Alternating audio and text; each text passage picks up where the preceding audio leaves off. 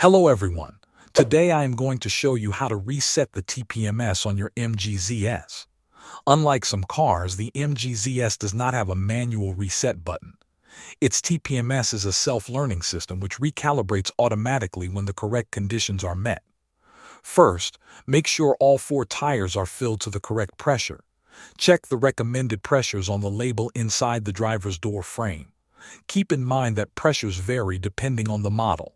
For example, petrol MGZS models usually require around 32 psi, while the MGZS EV may require around 41 psi.